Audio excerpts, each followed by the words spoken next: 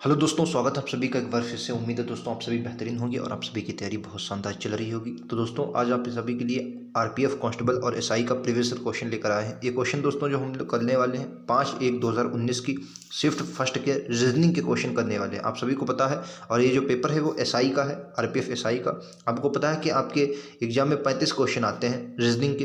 तो इसमें से दोस्तों हमने 17, 18 और 17 मतलब इसमें हम लोग 17 क्वेश्चन इस वाले में कर लेंगे और बाकी जो 18 क्वेश्चन हैं वो अगले अगले पार्ट में कर लेंगे। तो एक पार्ट इसमें हमने लिया, दो पार्ट इसलिए कर लिए हैं ताकि आपको जल्दी वीडियो समाप्त हो जाए और बहुत अच्छे से समझ में आ सके, वीडियो छोटा बने। रीजनिंग के क्वेश्चन हैं, बहुत ध्यान से देखिए। आप इसे आरपीएफ कांस्टेबल, आरपीएफ एसआई और भी किसी एग्जाम की तैयारी करते हैं तो उसके लिए ले सकते हैं। आरआरबी के अगर मान लिया लोको पायलट या टेक्नीशियन की तैयारी करते हैं तो उसके लिए भी महत्वपूर्ण है, क्योंकि क्वेश्चन आपके प्रीवियस ईयर बहुत पूछे जाते हैं। ठीक है, तो चलिए बिना देरी के शुरुआत करते हैं आज के पहले क्वेश्चन से। पहला क्वेश्चन रीजनिंग का आपकी स्क्रीन पर ये है। राइट आंसर क्या है आप सभी को बताना है।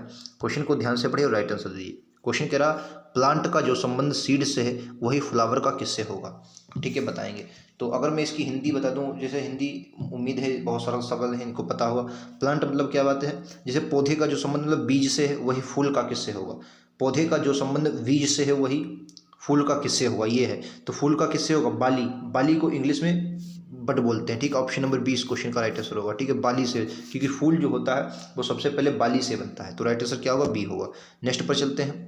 ये आपको आकृति दी गई है, इसमें बताना है निम्नलिखित ये दोनों आकृतियों में से यहाँ पर क्या रखा जाए जिससे ये आकृति पूरी हो जाए। ठीक है, तो आपको देखो सबसे पहले इस तरीके से इस टाइप से आएंगे और इसको पूरा करेंगे। इसको क्या करना है, इसको पूरा करना है और उसके बाद यहाँ से आपको इसको मिलाना है बस। तो ये छवि ये तो आपकी होगी नहीं। ठीक है, यहाँ पर आपको दो लिखा रहे हैं, ये नहीं होगा। राइट आंसर विकल्प उत्तर सी होगा। क्या होगा, सी वाला राइट आंसर है। ठीक है, चलिए नेक्स्ट पर चलते हैं। ये देखिए क्वेश्चन नंबर 3 बताइए अगली श्रृंखला कौन सी होगी। क्वेश्चन नंबर 3 बताना है, अगली श्रृंखला पूछा है कौन सी होगी। तो क्या बताएं, देखो 15 से 20, 20 से 40, 45 फिर 90। देखो क्वेश्चन में क्या किया गया है, 15 में क्या किया है, प्लस का 5 किया है, ऐड किया है, प्लस का 5 दोस्तों ऐड कर दिया। ठीक है, फिर क्या है, फिर 2 की मल्टीप्लाई करवा दी है और फिर क्या है, प्लस का 5 ऐड कर दिया है, फिर 2 की मल्टीप्लाई करवा दी है और अब की बार क्या है, 5 प्लस का ऐड होगा तो कि 90 और 5 कितना बन जाएगा, 95 बन जाएगा। ऑप्शन नंबर डी है। ठीक है, उम्मीद है आप लोग समझ गए होंगे, बहुत सरल क्वेश्चन था, आप लोगों ने कर लिया होगा। नेक्स्ट क्वेश्चन ये देखिए, ये कथन और निष्कर्ष का क्वेश्चन है। कथन और निष्कर्ष का क्वेश्चन है तो इनमें से बताना है कौन सा तर्क संगत होगा। पहले आप इसका चित्र बना ले। कथन कह रहा है कि कुछ गेहूं चाय है। ठीक है, तो देखिए कुछ जो गेहूं है, गेहूं जो है गेहूं वो क्या है, कुछ गेहूं क्या है, चाय है, तो चाय बना दिया। ठीक है, कुछ चाय चावल है, जो चाय है वो क्या है, चावल है। चावल को मैंने चाय में बड़ी मात्रा लगा दी। ठीक है, चावल है, वह भी बना लेते हैं, ये चावल है। ठीक है, सभी चावल करी है, जो सभी चावल हैं दोस्तों वो क्या है, सभी चावल क्या है, करी है। तो चावल का सभी भाग किसके, करी के अंतर्गत आ जाएगा, करी है। ठीक है, अब आपका निष्कर्ष क्या कह रहा है, कुछ करी चाय है। तो दोस्तों ये जो करी है ये इसका ये वाली चाय है और करी का ये भाग देखिए चावल के अंतर्गत, चाय के अंतर्गत आता है। तो राइट आंसर पहला तो सही होगा। दूसरा देखिए कह रहा है, दूसरा आप देखिए क्या है, दूसरा क्या है, तो पहला सही है। दूसरा देखिए कह रहा कुछ करी गेहूं है। भाई करी यहाँ तक है, करी तो यहीं तक है और गेहूं यहाँ तक है, तो ये आपका दूसरा वाला गलत हो जाएगा। ठीक है, तीसरा देखिए सभी चावल चाय हैं, सभी चावल चाय है। देखिए चावल ये हैं, चाय ये हैं, सभी नहीं है, कुछ है। क्या है दोस्तों, सभी नहीं है, कुछ है, तो ये आपका भी गलत होगा। तो केवल एक सही है। ऑप्शन नंबर ए इस क्वेश्चन का राइट आंसर होगा। केवल एक तर्क संगत है, केवल एक तर्क संगत है। ठीक है, चलिए नेक्स्ट पर चलते हैं। ये देखिए ये थोड़ा बड़ा क्वेश्चन है, इसको मैं शॉर्ट करता हूँ, छोटा करता हूँ। आप बताइए राइट आंसर क्या होगा। कह रहा 8 व्यक्ति MNOPQRST वृत्ताकार मेज पर चारों एक तरफ मुंह करके बैठे हैं। मतलब चार, और जरूरी नहीं कि उसी क्रम में, बाहर की ओर मुंह करके, बाहर की ओर मुंह करके बैठे हैं, ये भी याद रखना है। उनमें से कह रहा है इनमें से 5 पुरुष हैं और 3 महिलाएं, 5 पुरुष हैं 3 महिलाएं हैं, कोई 2 महिलाएं एक साथ नहीं बैठी, यही कंडीशन है। अब आपको बताना है इसका राइट आंसर क्या होगा। देखिए तो सबसे पहले आपको गोल चित्र बनानी है, क्योंकि वृत्ताकार मेज है, तो वृत्ताकार मेज बना लेते हैं। ये वृत्ताकार मेज बना ली, 1 2 3 4 5 6 7 8, 8 व्यक्ति बैठाने हैं।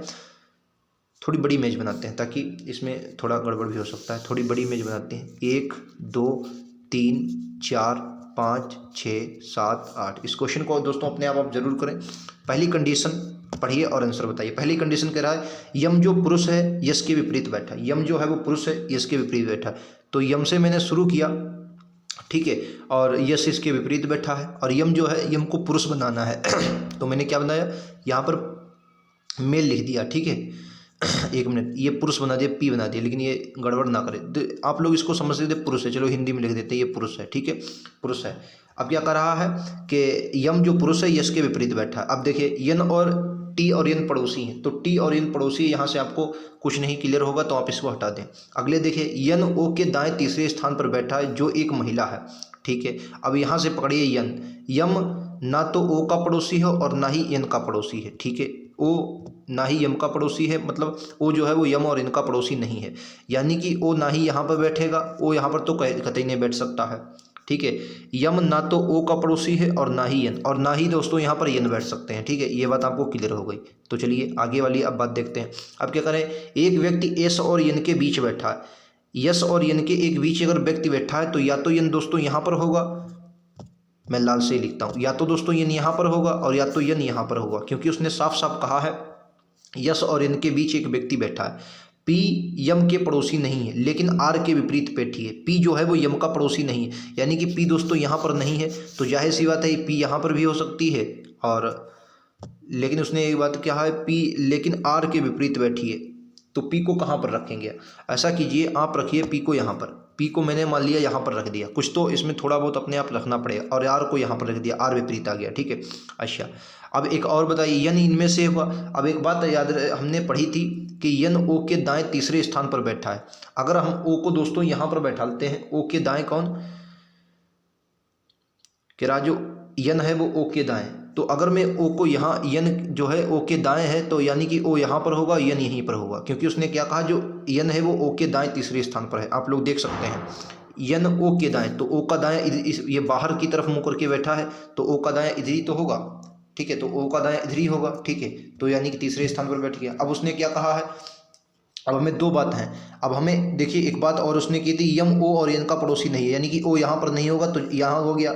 अब बचा कौन कौन सा, टी और यन पड़ोसी हैं, टी और यन पड़ोसी हैं, तो टी यहाँ पर आ गया, बचा है क्यू, तो क्यू यहाँ पर आ गया। अब आपको क्वेश्चन देखिए, निम्नलिखित में से किस विकल्प में पुरुष एक जोड़ी में है।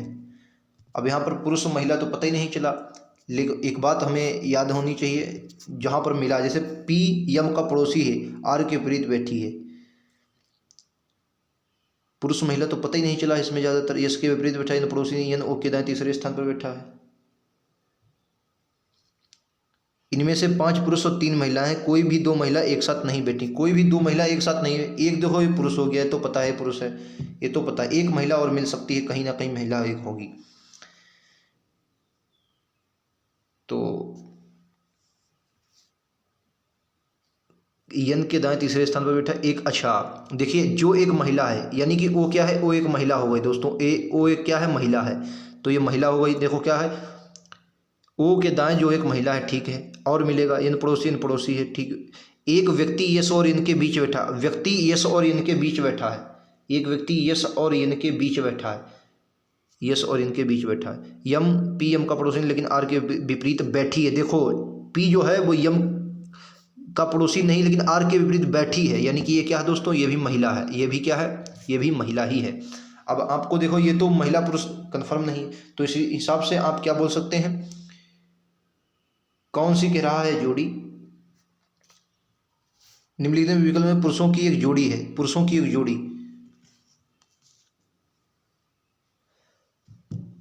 तो देखो इसमें क्यू और यम आप आंसर मारेंगे, क्यों मारेंगे, देखो आर जो है, आर और ओ तो होगा नहीं, आर ओ का जेंडर कन्फर्म, क्योंकि ओ तो एक महिला हो गई, ठीक, यन पी भी एक महिला हो गई, ठीक।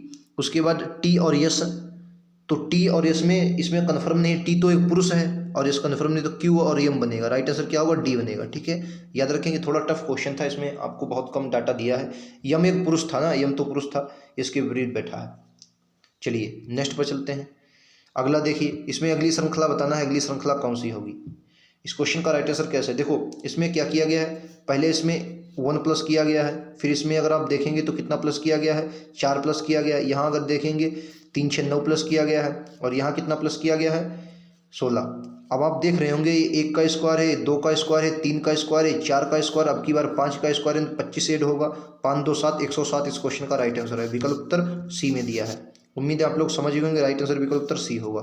नेक्स्ट ये लीजिए आपकी स्क्रीन पर, बताना है A B C D F अंकित हैं, किस सतह पर ई का अक्षर अंकित है उसके विपरीत वाली सतह पर कौन सा अक्षर होगा। तो देखो जो कॉमन मिले वही ले लेते हैं। देखो कॉमन की बात क्या है, इसमें देखो क्या कॉमन है, ई कॉमन है, यानी कि ई लिया हमने, फिर क्या लिया, ए लिया, फिर उसके बाद क्या लिया, बी लिया। ई का ई ही रखा, ई के बाद एफ आ गया और एफ के बाद डी आ गया। यही तो होता है, आपने अगर पढ़ा होगा तो इसी तरीके से ए का विपरीत एफ आ गया तो ए बी सी डी है ना, तो ई का जगह पर क्या आ जाएगा, सी आ जाएगा। यही आपका आंसर होगा, सी आपका आंसर। जहाँ पर ऑप्शन में सी दिया होगा वही आपका है। ए के विपरीत क्या आ जाएगा, सी आ जाएगा। इसके ऑप्शन दोस्तों आगे थे वो लिए नहीं है, फिलहाल सी इस क्वेश्चन का राइट आंसर हो जाए। नेक्स्ट पर चलते हैं। ये बताना है कि दी गई श्रृंखला में आगे आने वाला उपयुक्त चित्र चयन कीजिए, यानी कि अगला अक्षर कौन सा आएगा ये बताना है। देखो अगर मैं सबको पहले इस वाली आकृति को पकड़ता हूँ तो ये बीच में थी, इसको 4 भागों में इन्होंने बांटा है। इसको क्या है, 4 भागों में, आप देखेंगे इसको 4 भागों में बांटा। यहाँ पर आई, फिर उसके बाद देखिए यहाँ पर आ गई, इस कोने में आ गई, फिर देखिए यहाँ पर इस वाली आकृति में आ गई और फिर इस कोने में आ गई, फिर देखिए यहाँ पर आ गई इस वाली आकृति में। अब की बार कहाँ पर, इस वाले कोने में आएगी। ये जो आकृति होगी वो इस वाले कोने में होगी और इस वाले कोने में अगर आप देखे होंगे ध्यान से तो ये दोनों ऑप्शनों में मिला, इन दोनों में मिला, यानी जो तो ऑप्शन नहीं होंगे। अब इस तीर को देख लेते हैं। देखो तीर सबसे पहले यहाँ था, अगर इसको आप बनाए पूरी तरीके से तो यहाँ था, फिर इस वाली में आया, फिर यहाँ पर आ गया।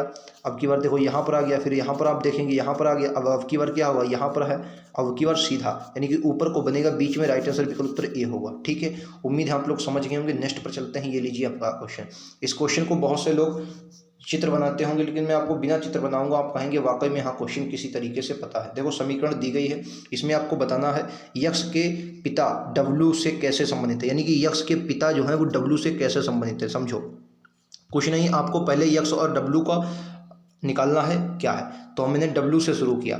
डब्लू के बाद क्या है, आपको परसेंटेज दिया है, यानी डब्लू का इसका अर्थ होता है बेटी, यानी डब्लू क्या है, जो है डब्लू की बेटी हो गई, यानी कि ये डब्लू आप हैं, आपकी क्या है, बेटी। अब देखिए फिर आपको एग्डी रेट दिया है, यानी कि बेटी का पति आपका कौन हो गया, यानी कि बेटी, ये क्या है, बेटी का पति है, ये जेड का पति है, जेड आपकी बेटी है, यानी कि ये क्या है, जेड का पति है। अगर ये जेड का पति है तो आपका ये क्या होगा, दामाद होगा। ठीक है, बेटी का पति दामाद होता है, यहाँ पर वाई क्या होगा, दामाद। अब देखो दामाद का ये क्या है, बेटी, दामाद की बेटी, तो दामाद की अगर बेटी हुई तो आपकी कौन सी होगी, दामाद की बेटी आपकी कौन होगी, तो आप क्या बोलेंगे, आप नाती होगी। क्या होगी, दामाद की बेटी क्या होगी, आपकी नातिन होगी। क्या होगी, नातिन, नातिन होगी नहीं। अब उसने क्या पूछा, यक्ष के पिता, यानी कि यक्ष के पिता, नातिन के पिता कौन होगा, दामाद ही होगा, नहीं होगा, नातिन का पिता कौन होगा, दामाद। और डब्लू से कैसे संबंधित, तो राइट आंसर क्या होगा, ये होगा।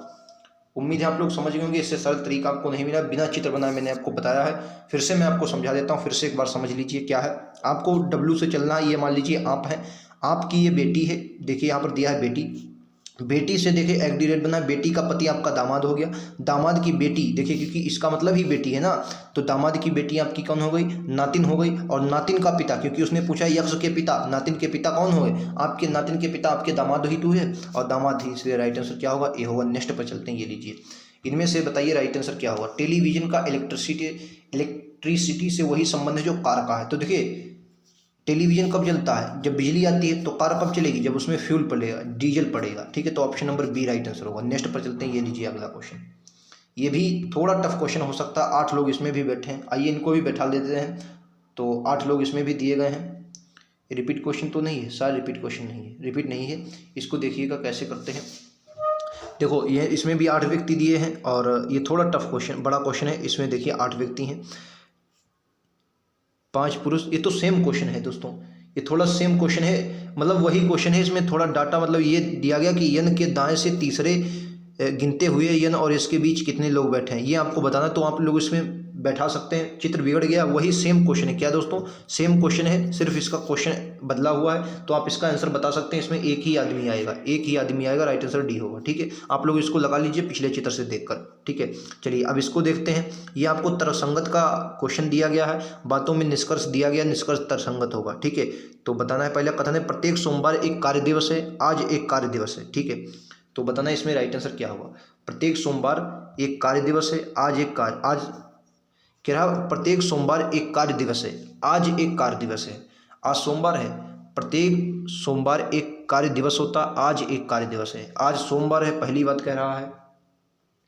और दूसरा, केवल सोमवार एक कार्य दिवस है। सोमवार को क्योंकि साफ साफ किया गया कि सोमवार एक कार्य दिवस होता है और आज क्या है, आज कार्य दिवस है। तो अगर आज कार्य दिवस है तो निष्कर्ष का मतलब आज सोमवार होगा। ठीक है, और केवल सोमवार ही एक कार्य दिवस है, क्योंकि उसने कहा प्रत्येक सोमवार को ही कार्य दिवस होता है, यानी कि ई वाला आपका सही होगा।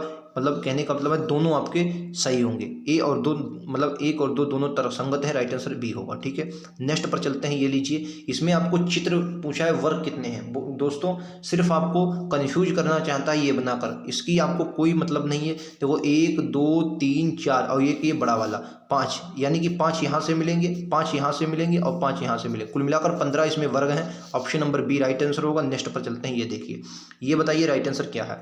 ब्रो को UEN लिखा जाता है। देखो बी को, बी मैं कोड डायरेक्ट लिखता हूँ, बी को 2 लिखा जाता है, आर को 18, को आपको पता है 15 और के को 11, ई को 5। यू आपका 21 पर आ जाएगा, ई 5 पर आ जाएगा, के 11 पर, एच आपका 8 पर और ये आता है 14 पर। देखो क्या किया गया, कुछ नहीं, क्वेश्चन में 2 से प्लस का 3 5 हुआ है, 18 प्लस का 3 21 हुआ है, 15 ये गड़बड़ है दोस्तों, ये क्या है, इसमें बीच वाला शायद माइनस किया है, नहीं बीच वाला माइनस है, हाँ बीच वाला 11 में से 4 चला जाएगा आपका, ये बीच वाला माइनस का 4 है, ये प्लस का 3 है, ठीक है प्लस का 3 है, ये भी क्या है, ये भी प्लस का 3 है। ठीक है, तो इसी तरीके से आप इसको यम को क्या लिखें, यम कितने पर आता है, तो आप कहेंगे यम आता है 13 पर और आई आती है 9 पर, यानी 13 और 3 कितना आ जाएगा 16 और 9 3 आता है 12, 12 पर आता है यल और पी आता है यल पी, यानी कि ये दोनों ऑप्शन तो खत्म। ये इनमें से राइट आंसर क्या होगा, अब देखो यक्स है, यक्स जो है यक्स में से 4 माइनस करेंगे, ए तो आएगा नहीं, टी आएगा, राइट आंसर क्या होगा, बी होगा। ठीक है, उम्मीद है आप लोग समझ गए होंगे, उसी तरीके से क्वेश्चन लगेगा, राइट आंसर क्या होगा, इस क्वेश्चन का राइट आंसर विकल्प उत्तर बी होगा। नेक्स्ट पर चलते हैं। ये लीजिए अगला क्वेश्चन, ये देखिए समानता यानी कि इनइक्वालिटी का क्वेश्चन है, इसको देखिए क्या होता है, इनमें आपको जोड़ना पड़ता है।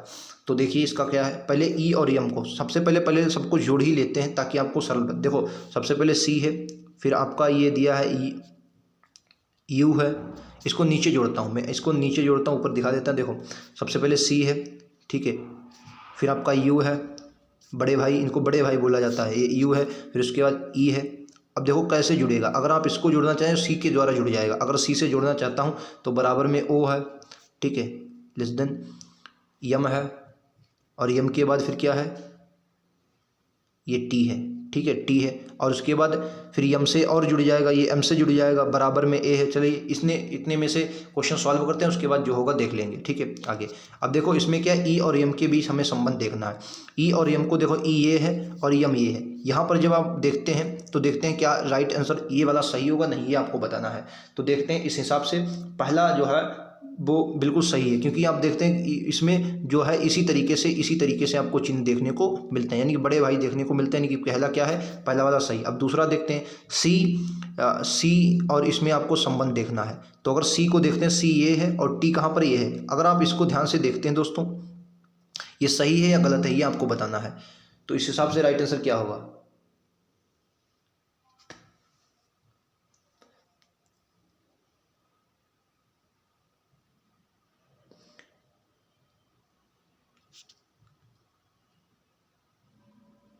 बताएंगे राइट आंसर क्या होगा। तो इसमें आपका ये बिल्कुल सही है, बी वाला भी सही है।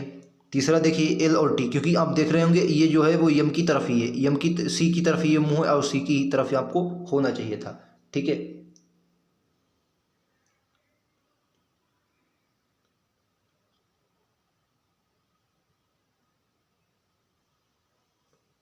अगला देखिए, अगला अगर मैं देखता हूँ यम और यल और टी का, यल और टी का देखते हैं, तो यल और टी को जोड़ना पड़ेगा। यल और टी को आप यहीं से यम से जोड़ सकते हैं। देखिए अगर मैं अब तीसरा देखूं तो यम आपका है, यम के बाद टी है, ये टी है और यम से ही बराबर में ए और उसके बाद ए के बाद यल देख सकते हैं। ठीक है, तो ये आपका गलत हो जाएगा। गलत क्यों हो जाएगा, क्योंकि ये दोनों विपरीत आपने सामने मिल गए, तो ये आपका तीसरा गलत है। तो केवल 1 और 2 सही है, इसलिए विकल्प उत्तर डी के साथ जाएंगे। ठीक है, चलिए नेक्स्ट पर चलते हैं।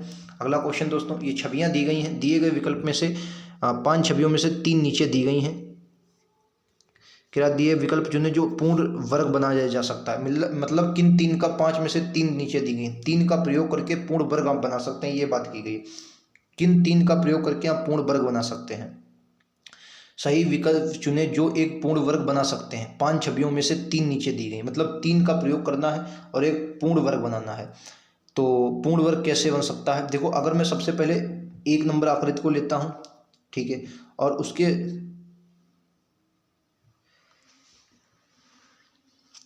अगर आप इस यहाँ पर 1 नंबर 3 नंबर को, अब आप 3 नंबर को लेते हैं, अगर मैं 3 नंबर को आकृति को यहाँ पर शिफ्ट करता हूँ तो देखो इस तरीके से ही आकृति शिफ्ट हो जाएगी, ठीक है, इस तरीके से शिफ्ट हो जाएगी, ये देखो यहाँ पर आके शिफ्ट हो जाएगी, ये देखो क्योंकि यहाँ पर ऐसे आकर ये शिफ्ट हुई ना, तो इस तरीके से आकर शिफ्ट हो जाएगी और उसके बाद ये वाली आकृति आकर इसमें जुड़ देगी। तो यानी कि 1, 3 और 5 ये आकृतियाँ आप ले लेंगे, option number A right answer होगा, ठीक है। चलिए नेक्स्ट पर चलते हैं। ये देखिए आज का लास्ट क्वेश्चन नंबर 17 कह रहा है, दिए गए निश्चित तरीके से समान इसलिए समूह है, इनमें से कौन सा जो है समूह से सही अलग है, मतलब वो बताना है जो समूह से अलग है। तो Q M I S T में समूह से अलग कौन, देखो क्यू की अगर मैं नंबरिंग करता हूँ तो क्यू आता है 17 पर, कितने पर आता है, क्यू आता है 17 पर, यम आता है 13 पर, आई आता है 9 पर, यस आता है 19 पर और टी आता है 20 पर।